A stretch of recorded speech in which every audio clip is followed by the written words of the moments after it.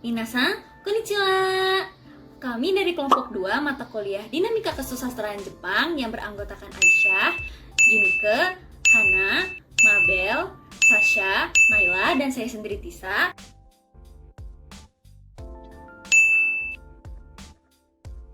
akan menjelaskan mengapa kamu perlu membaca novel Kokuhaku atau Conventions dari Minato Kanae.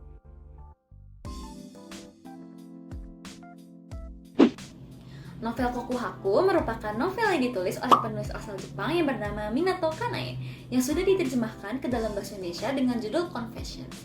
Di Jepang, buku ini diterbitkan oleh Futabasha dan dipublikasikan pada tanggal 1 Januari 2008. Novel versi terjemahan bahasa Indonesianya diterbitkan oleh penerbit Haru.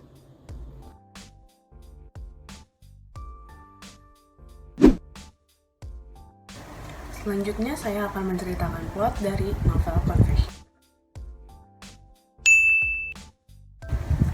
Jadi novel ini menceritakan dari sudut pandang yang berbeda-beda.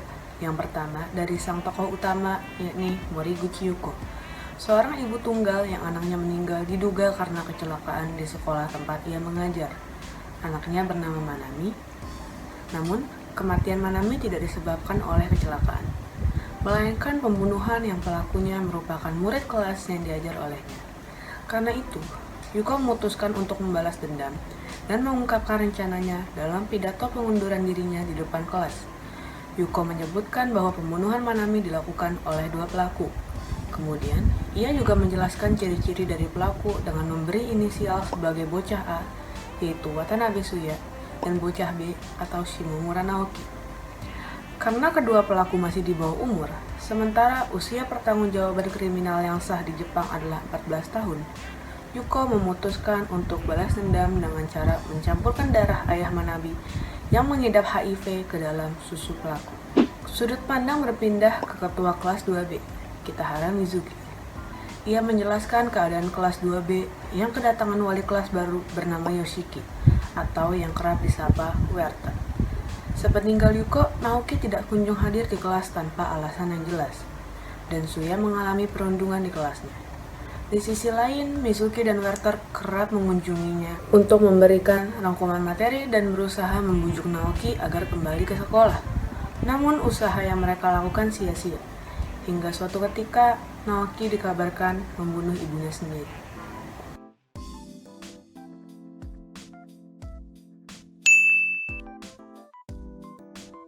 Kemudian, cerita beralih ke sudut pandang Shimomura Naoki. Dalam bagian ini, ditemukan fakta bahwa alat temuan Shuya bukanlah penyebab kematian Manami, melainkan Naoki sendirilah yang menenggelamkan Manami sendiri karena ia terprovokasi oleh ucapan Shuya. Dijelaskan pula bahwa alasan mengapa Naoki mengurung diri di kamar dan tidak ingin masuk ke sekolah adalah karena ia takut ibunya mengetahui bahwa dirinya telah terpapar oleh virus HIV. Namun, suatu ketika, ibu Naoki pun mengetahui bahwa Naoki lah pelaku pembunuhan Manami. Pada kejadian itu pula, Naoki pun membunuh ibunya sendiri. Cerita pun beralih ke sudut pandang Watanabe Suya. Di bagian ini terungkap juga bahwa alasan Suya melakukan pembunuhan bersama Naoki adalah demi mendapatkan perhatian ibunya melalui keberhasilannya melakukan pembunuhan dengan alat ciptaannya. Namun karena gagal, Suya pun memutuskan untuk mengunjungi ibunya di laboratorium universitas di mana ibunya bekerja. Namun, sayangnya ia malah menemukan fakta bahwa ibunya sudah menikah lagi dan sedang mengandung anak dari suami barunya. Kecewa dengan hal tersebut, Suya pun memutuskan untuk menyusun rencana bom bunuh diri dan pembunuhan massal di sekolah. Ia membuat surat wasiat di website miliknya dan menceritakan bagaimana ibunya yang menelantarkan dirinya setelah bercerai dengan ayahnya dan rencana pengoboman tersebut demi menghancurkan nama baik ibunya. Namun ketika Shuya menekan tombol handphonenya untuk mengaktifkan bom tersebut, ia malah mendapatkan panggilan dari nomor yang tidak dikenal.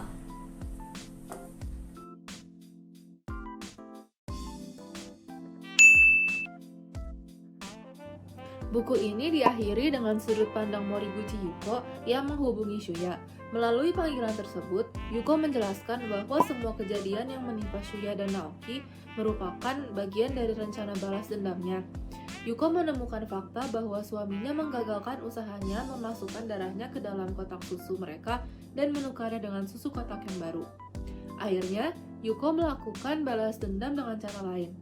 Ia memanfaatkan Werther untuk memojokkan Naoki dan mencari segala cara untuk mengetahui kelemahan Shuya melalui website yang dibuat Shuya. Yuko membaca surat wasiat Shuya dan menyimpulkan bahwa kelemahan Shuya adalah ibu kandungnya. Tanpa sepengetahuan Shuya, Yuko telah menjinakkan bom miliknya dan kemudian memindahkan bom tersebut ke laboratorium tempat ibu Shuya bekerja.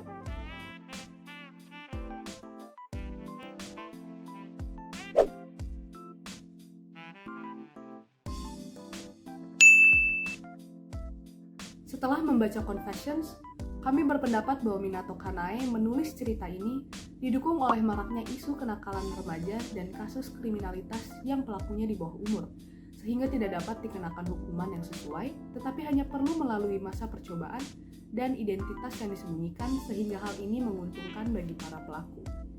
Di dalam novel ini beberapa kali disinggung perihal prosedur hukum Jepang terhadap kenakalan remaja yang tidak bisa menghukum anak berusia di bawah 14 tahun.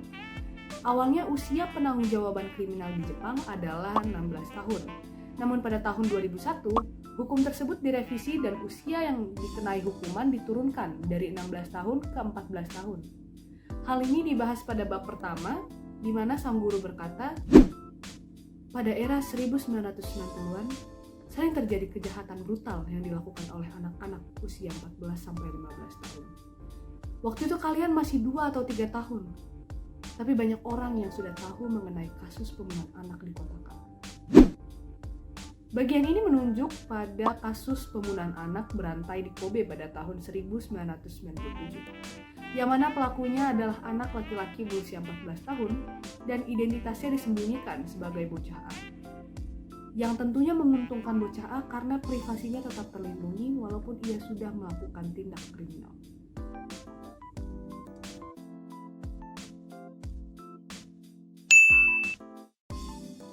Adapun pihak guru adalah pihak yang paling dirugikan dari kebijakan ini. Hal ini dilihat dari motif pembunuhan Moriguchi Yuko yang didasari dari balas dendam karena tidak bisa mendapatkan keadilan atas kasus kematian anaknya. Pada bab 1, Moriguchi Yuko juga menerangkan bagaimana guru yang menjalankan tugasnya untuk mendidik harus dirugikan oleh siswa mereka sendiri karena pekerjaan guru yang dianggap mengganggu. Lemahnya sistem hukum kriminalitas di bawah umur Jepang membuat pekerjaan pendidik seperti guru mudah untuk disalahkan.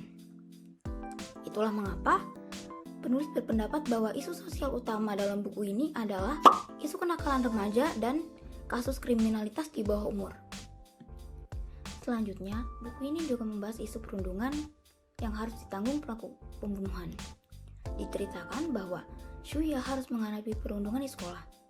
Setiap hari, Shuya dipermalukan dan dilempari susu.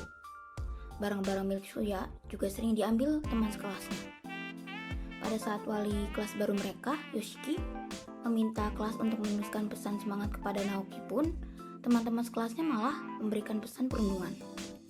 Hal ini menunjukkan perundungan yang sering terjadi di sekolah di Jepang. Walaupun memang dikemas sebagai hukuman sosial, sikap hakim sendiri di sekolah adalah isu yang masih marak terjadi di Jepang.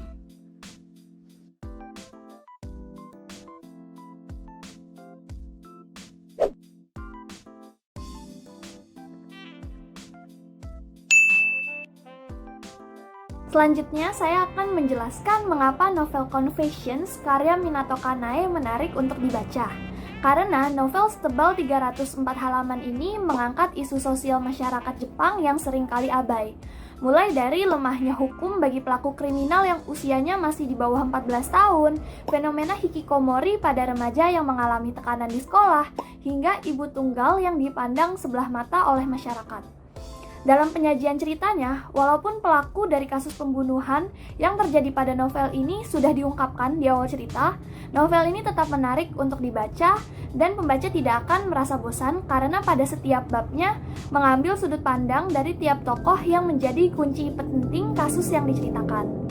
Dikemas dengan genre thriller yang apik, Minato Kanae juga berhasil menjadikan novel ini bukan hanya sebagai sekedar hiburan, melainkan sebuah kritik sosial terhadap masyarakat Jepang. Confessions karya Minato Kanae telah diadaptasi menjadi film dengan judul yang sama, Confessions, yang dirilis pada tahun 2010. Selain itu, novel ini juga telah memenangkan beberapa penghargaan seperti bab 1 dari novel ini merupakan winner of Shosetsu Suiri New Writer Prize pada tahun 2007, memenangkan Japanese Bookseller Award pada tahun 2009, dan memenangkan penghargaan American Library Association pada tahun 2015. Nah, itu dia alasan mengapa kamu harus membaca novel Confessions oleh Minato Kanae. Gimana nih, menarik banget kan ceritanya? Kalau kalian penasaran dengan ceritanya, just langsung aja beli novelnya di toko buku terdekat atau online official store-nya ya. Mata nih!